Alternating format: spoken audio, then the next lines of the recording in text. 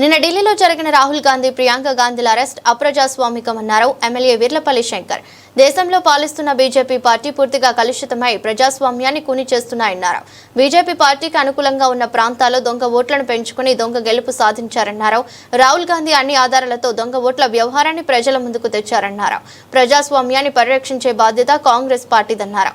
ఎన్నికల కమిషన్ మోదీకి తొత్తుగా మారిందన్నారు. స్వాతంత్ర ప్రతిపత్తి కలిగిన సంస్థలను ప్రలోభపెట్టి భయపెట్టి గుప్పిట్లో ఉంచుకున్నారన్నారు.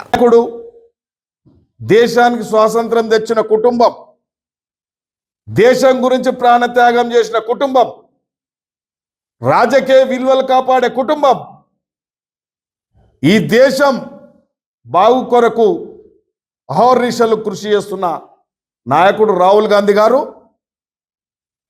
ఒట్టిగా ఆధారాలు లేకుండా మాట్లాడలే.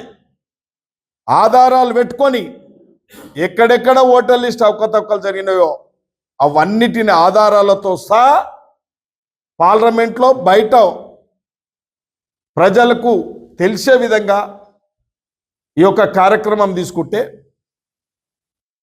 ఇవాళ పార్లమెంట్లో వారి వాదన వినిపిస్తే పెడచెవిన పెట్టినప్పటికీ బయట ఇవాళ ఎలక్షన్ కమిషన్కు ఒక కంప్లైంట్ చేయాలి అని చెప్పి భారతదేశంలో ఉన్న అన్ని పార్టీల ఎంపీలు దాదాపు 300 ఎంపీలు కలిసి ప్రజాస్వామ్యబద్ధంగా ఒక ఫిర్యాదు చేయనికపోతే అక్రమంగా ప్రపంచంలో ఎక్కడ లేని విధంగా గౌరవం లేకుండా ఒక సామాన్య మానవులను కూడా అరెస్ట్ చేసినట్టు చేస్తే అసలు ప్రజాస్వామ్యం అనబడుతుందా? ఇది ఈ దేశ సాంప్రదాయం ఇదేనా? ప్రజాస్వామ్యం అంటే ఇదేనా?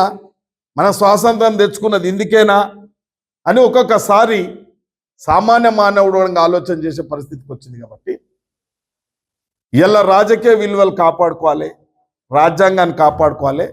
నిజంగా ఈ ఎన్నికల కమిషన్ పూర్తిగా తొత్తుగా మోదీకి తొత్తుగా మారిపోయింది. ఇలా ఎలక్షన్ కమిషన్ అనేది రాష్ట్రంలో గతంలో